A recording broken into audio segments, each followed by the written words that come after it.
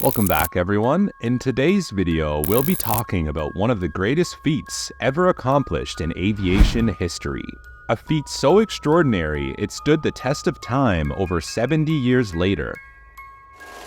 In the vibrant era of the 1950s, the Hacienda Hotel and Casino, situated on the southern end of the Las Vegas Strip, aimed to make a mark in history and make a name for itself by beating the existing flight endurance record of 47 days.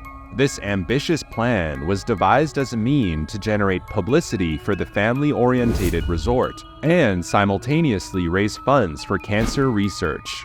The venture was initiated on the suggestion of an employee, Robert Tim. His vision was to fly a plane bearing the hotel's name on its side, attempting to surpass the existing flight endurance record set in 1949. Tim was granted $100,000 from the hotel to organize the event, and he quickly set off to plan this daring feat. For the project, he chose a Cessna 172 aircraft to take the journey ahead.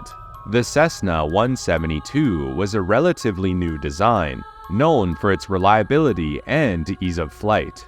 Its four-seater capacity and suitability for long-duration flights made it the ideal choice for this challenge. To prepare for this arduous journey, Tim spent months modifying the aircraft. The modifications included essential elements such as a mattress for rest, a small steel sink for personal hygiene, and the removal of most interior fittings to reduce weight. Additionally, a rudimentary autopilot system was installed to assist in the long-haul journey.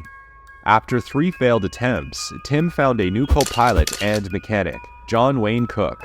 Ultimately, they took off on December 4, 1958 at 3:52 p.m. They immediately made a low pass on an airfield to allow a chase car to paint white strips on the aircraft's tires to ensure they didn't make any secret landings during the duration of the flight.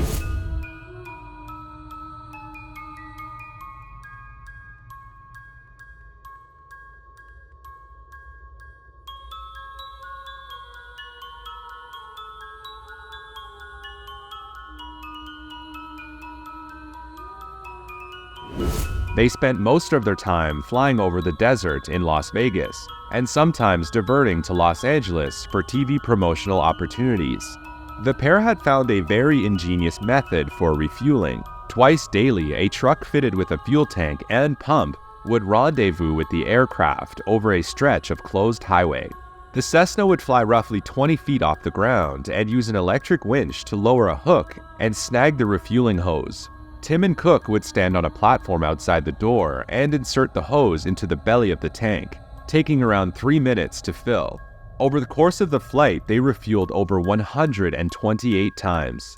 The Hacienda Hotel also prepared gourmet meals for the two men, but the food had to be chopped up and stuffed into thermos jugs to get them to the pilots.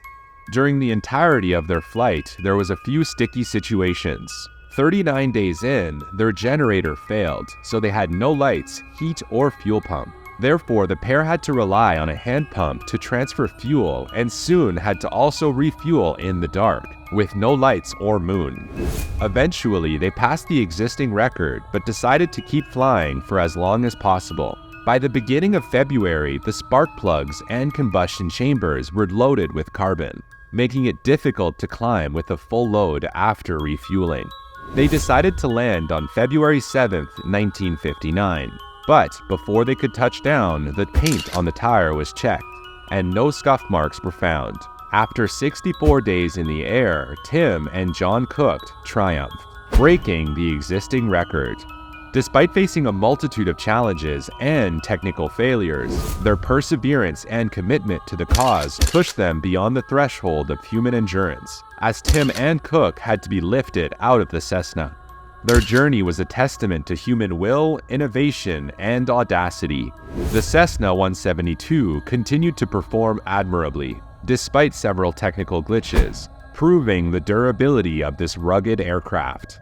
Shockingly, it was almost beat not too long ago by a solar-powered drone called Zephyr. The unmanned aircraft, operated by the US Army and produced by Airbus, flew for 64 days, 18 hours, and 26 minutes before unexpectedly crashing down in Arizona. just 4 hours shy of breaking Tim and John Cook's record of 64 days and 22 hours of flight time.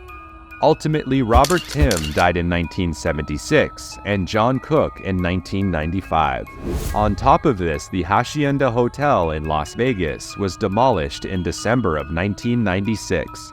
To this day, the tale of this extraordinary feat continues to inspire and captivate, reminding us of the incredible possibilities that determination and innovation can unlock in the pursuit of human endeavor. The legacy of their achievement remains unparalleled, etching their names in aviation history as pioneers of the long-duration flight. Thank you for watching today's video. If you enjoyed, please consider subscribing, and hopefully we will see you in the next one.